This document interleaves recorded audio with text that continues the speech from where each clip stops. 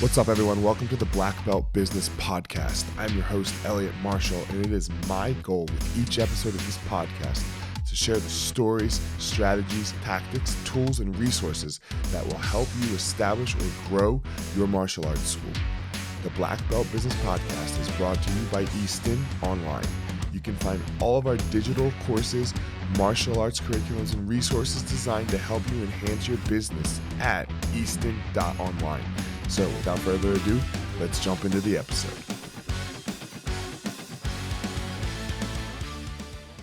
All right, guys, back. Another episode, Easton.Online podcast. Eliot Marshall, Ian Lieberman, Mike Tousignant, behind the camera, Mike Phipps. Guys, this episode, we are going to really get into the 5 things. Like, there's so many things. Like, we could sit here and do 30 things. You know, we were just talking about this offline, like how much business stuff do we want to get in depth into, right? Like, but we just didn't feel that would be helpful. But like the 5, Mike disagrees. The 5. I don't disagree. I understand. It's just hard for me is all. The 5 things that really made the biggest difference in Easton. We're gonna get into that we feel could be helpful to you. Let's caveat it with that, like, because we want to make sure that we're providing information that is super, super helpful that you could go take into your school right now, okay? Not necessarily where we're at building 8 schools with, 200 plus employees, yada, yada, okay?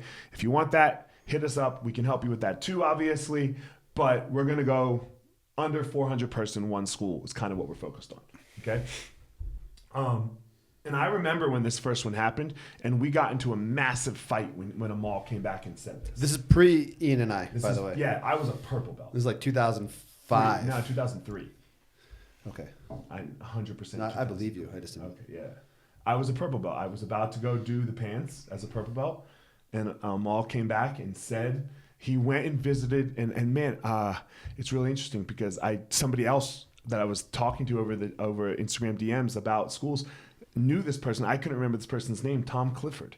He went and visited this guy named Tom Clifford's school, who is a black belt under Ricardo Almeida. Like, they took this trip out. And man, like the warm-up that this standardized warm-up that this guy did, Amal videoed it. It's still basically our concept of the warm-up. We got it from him. And then Amal came back with this idea, and it was fucking unheard of that you don't train until you get your 3rd stripe. And I was like, what? And then and these other things like fundamentals classes, and I was like, bro, we're going to make pussies. Like, what do you mean we're not going to beat them up in their intro class? Because that's how it used to go, right? Like, you came in, we showed you a couple positions, and we talked you into fighting, and we would actually try to talk you into like if you wanted to throw punches or not. Like this is how it went, but when Amal came back with these ideas in 2003, I think that was the first big change. Ian, you missed it. Mike, you had to deal with it, right? This not training right away thing. Ian actually, I think, did it. No, you didn't train. You didn't train right away? No. I had to wait until I had my 3rd stripe. But I was a bit of an anomaly, though. I went out, I came 6 days a week. Every single day, even though it's supposed to take 6 months. Right. I came 6 weeks every single day. I'd leave work early, covered in pizza dough, like Monday through Saturday. And then finally, I was like, there's a competition coming up. And Nick Klein's like, okay, here's your 3rd stripe. So I got it in 3 months instead of the 6. And then I won the competition. And that was like, yeah, so they let me train. This was a big change for us. This was a big change for the whole jiu-jitsu community of not training right away. And I think it's done us wonders. Oh, yeah.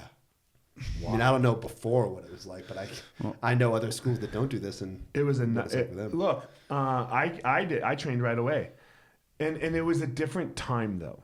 Like you had to train right away because it was still the showing that this art is better than you got to prove it. Yeah, we were proving it still. So there had to be live training. It was the only way to go about it, and you had to do it. I don't think this not training thing would have worked for jiu-jitsu if you would have done it in the late And 90s. let's be clear though, even during this time, even though it's all I ever knew, We switched to 2 stripes, by the way, in like 2010 instead of 3.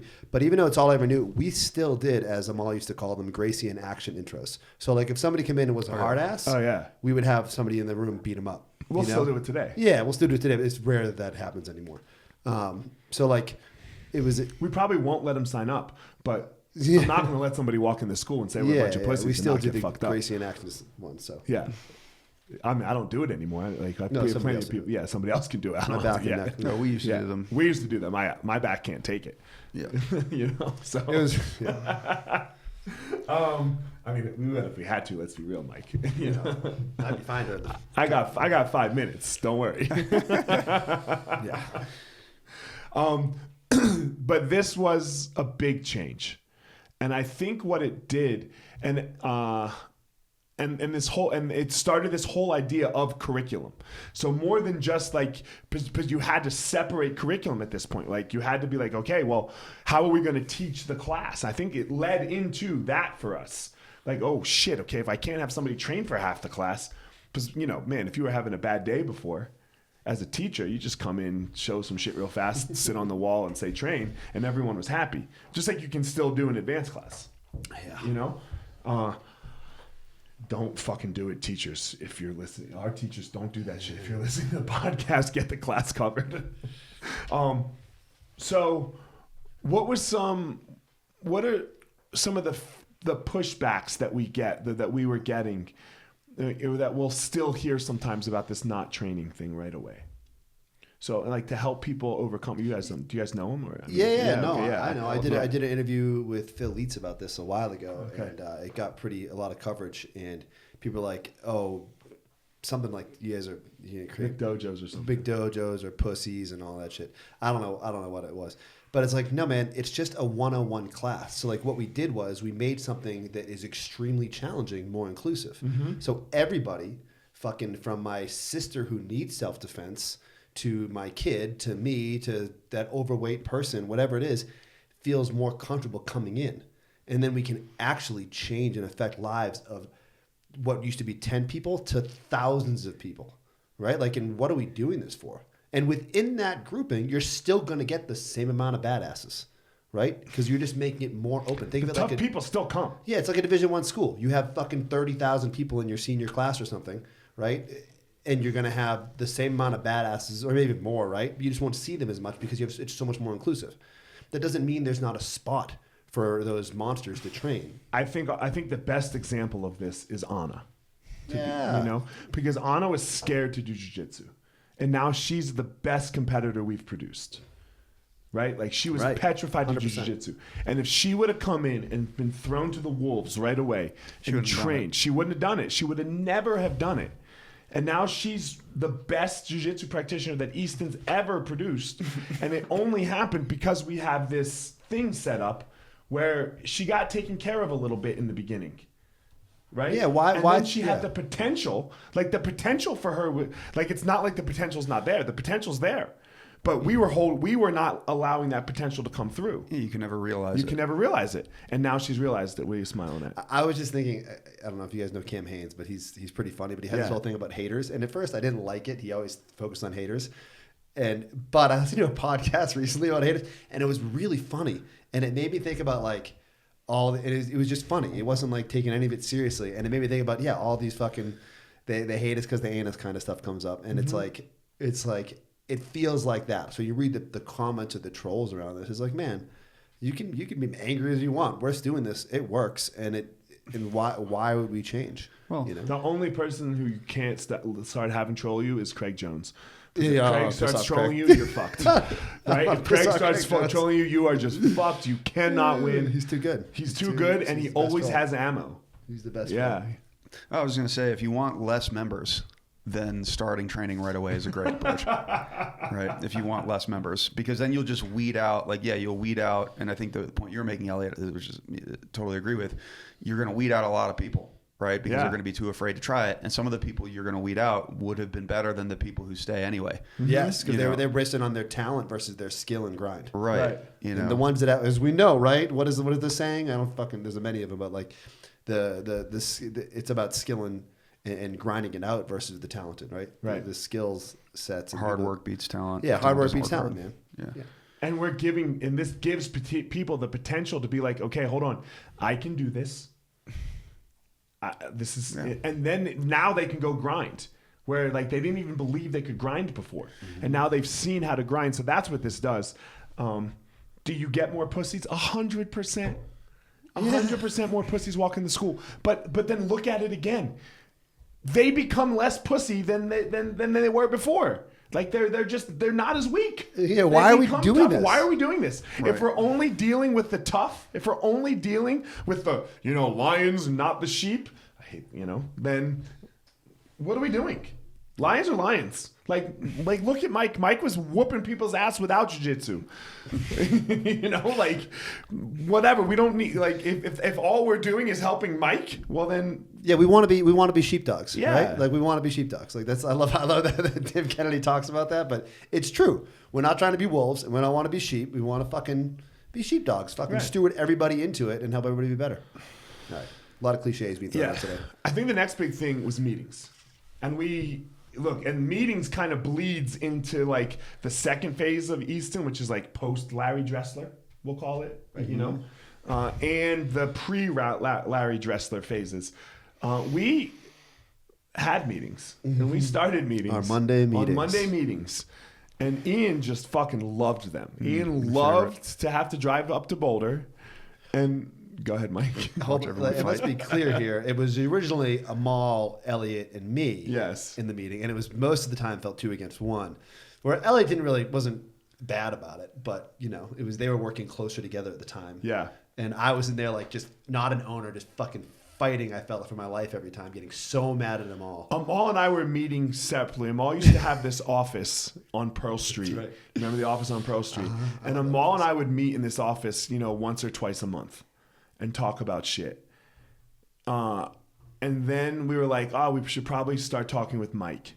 And then we met in the office in Boulder. And that went really bad. then we invited Sachi eventually. Yeah, and then we thought maybe if we invited more people, it would start to go better. Because it wouldn't just be the three of us arguing. And that was not true. Yeah, because Sachi and Ian were not going to get in the middle of it. They would say things, but they weren't going to sit there. I was a fucking wreck. And Amal was not fun to work with in that moment. And Eliot would try to balance us out. We ended in the parking lot a couple of times. This is a true story. Yeah, we ended in the parking lot a couple of times. So. You know that moment when you're really mad and the person you probably did this with your spouse, right? And the person you're mad at is just sitting there all calm and collected, pretending like they didn't say anything out of line. That was constant. I'd be that person. I'd be like this Tasmanian devil screaming at Amal, and Amal would be like a turtle looking at me like, "Why are you upset?" And I would get more and more angry. I'm like, "What the?" Swearing and yelling. Oh, shit. Yeah, that was pretty constant. And there was no agenda. There was no nothing. structure. The only thing that was consistent was we wrote numbers on the wall, on the board. Remember that time Amal decided to, in the beginning of the meeting, he's like, "I'm going to take this 8-foot by 4-foot board and put electrical tape on it." And at the beginning of the meeting, this is a massive 8-foot by, and he got electrical tape and started making boxes with the electrical tape on the board. And this would have taken all day. And he started doing it at the beginning of the meeting. I'm like, what are we doing right now? Surely that just happened. Anyway. That was funny. I remember when that was in meeting. It was in meeting. Yeah. So anyway. It's 600 boxes he was going to make with electrical tape. We got better. We met with Larry, and we'll get into the rest of this in a second, where we started implementing core values, and you read, and we talk about this book a lot. We talk about this entrepreneurial operating system and traction a bunch, but in there's this how to run meetings piece, right? And I think that it was a big shift for us because we could, everyone hates meetings. Let's just be clear. There's no one that likes meetings, and mostly because you don't get shit done, right? Mm-hmm. There's no accountability after the meeting. You talk about a lot of shit, and then you go, okay, meeting's done, meeting's over. Everybody walks off, and no agenda, no nothing. We have learned through Traction EOS and you guys implementing how to run meetings really skillfully. Yeah. Yeah, and we help you with that. at Easton.Online. Like we have a whole section on how to run meetings. What would you say are the big things with running meetings? I think there's a couple things here. One, there's a lot of books out there about meetings, right? Like there's Death by Meeting by Patrick Lencioni. It's a great book. It gives you some context. There's a lot of Jim Collins stuff that really helps, like the ethereal stuff, right? We can read it, which is what most of our life is like. It seems like you get these philosophical ideas about how it should be, and you read it, you're like, okay, I got this. I'm going to do this. But what Traction does in EOS is it gives you the actual format to just follow, right? And that right there is what makes it all work. You have a segue where you connect, right? You just connect with the people one-on-one, like a success and challenge going around the room. Everybody shares one success, one challenge, and you can change that up. You try to keep the meetings less than 8 people because that's kind of key. The higher the level of the meeting, the less people you want in it. And then from there, you go through your metrics because you want, after you all connect and break the ice, you want to run through your metrics because that's when you're most clear. Like if you look at school, they do most of the math in the morning, right? It's usually because if you work finance, do it in the morning. That's when your mind is most ready for numbers. And then from there, so after you go through the metrics, you want to go through the people headlines next. Mm-hmm. I think it's people headlines. Just celebrate some people around you that are doing good. It can also be people that are doing bad. So we keep track of these things in the meeting so we're aware of who's doing good, who's doing bad. And after that, you jump into your to-do list or your rocks, right? And we'll talk about that in a minute, like your 90-day goals. Like what are you going to complete in 90 days each quarter? And which is really good for big-term projects. And then after that, maybe it's headlines after that. Either way. Then we go into our to-dos, which is our things that are due within a week. And then after that, we go to our IDS, which is the majority of the meeting. The other ones are just checkpoints. And IDS is the key. Identify, discuss, solve. And this is where everybody gets a point to have a voice. You don't just fucking own the session, right? Identify the issue. Everybody puts ideas on there. Then they identify what it is, and you discuss it within a time frame. And then you solve it. You start with the hardest ones first, and you work through those accordingly. And if they aren't that hard, you save them for the next meeting the next week. But this creates something where like this is the part that everybody doesn't understand. And out of IDS, you get to-dos. Exactly. So with the IDS, okay, we discussed that. What's the action item? Let's make a to-do for Ian to make sure he follows up with that. And then next week, we have the meeting again. Ian, finish the to-do. If he didn't finish the to-do, it's embarrassing for him, right? So or there's an IDS. Or there's a new IDS. Yeah. Another issue came up. Nothing disappears. You never lose sight of anything. There's always an agenda. Everybody gets a chance to talk about their problems. And then within that, if they don't feel comfortable, you have a weekly same page with your direct reports. So that way you can talk to your direct reports about things they didn't feel comfortable talking about in their meeting. And then you follow up there with their discussion, and then you solve stuff there, or you move it to the meeting to help solve. There's never a lost opportunity. You never forget or miss anything. I think the big thing what you're harping on, and look, we can help you with all of the like how to set up the meetings and all that stuff, right? Like we have a whole FIPS that's in the course, right? Yes, yeah. How to do all this. I think the big thing between Traction and everything else, wouldn't you say, Ian, is it gave us a format, not just an idea of how a meeting should go, but it said, hey, do it like this, rather than like a not to be fucking controversial, like an ecological approach of like, hey, here's some ideas. Let me see what you do. Right? You can do that over a coffee date. Yeah. Just fucking go ahead. You go sit in the sitting room with your fucking knitting room and fucking have it there. Right.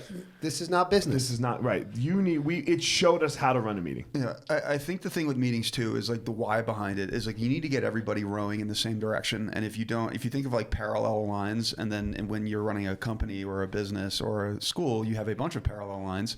And if they're even start like veering off a little bit, and it's almost imperceptible, and this is how it always is, or it usually is, the lines are just imperceptibly veering apart. Well, eventually they intersect and then go bananas, and they're all going in completely different directions. So you have to keep everyone on the same page, and meetings allow you to do that. And I think meetings, and I'm sure there's a lot of people listening to this where there's an allergy or a resistance to doing this, because there's that old saying, if it could be there's sort of been, I think for a long time people really were concerned that meetings are going to be boring, or people are going to be rolling their eyes. And meetings, if you run them the wrong way, right? If you're just information dumping the entire time and that's all you're doing, then yes. But something that's really interesting is I watch my wife. I'm not going to talk about the company that she works for, but it's a big tech company.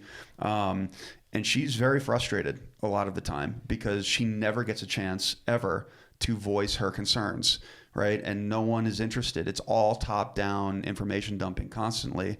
And she has real insight that could, that she could help the company. And as, and the same is true if you're running a school. Like, you're missing out on so much information that could help you do this better.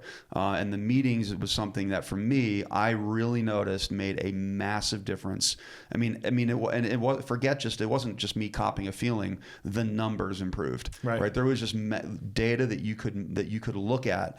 And it, the moment these meetings started happening, people got on the same page, everyone was rowing in the same direction, and everything improved. So you really have, following the format that you guys just laid out is super important.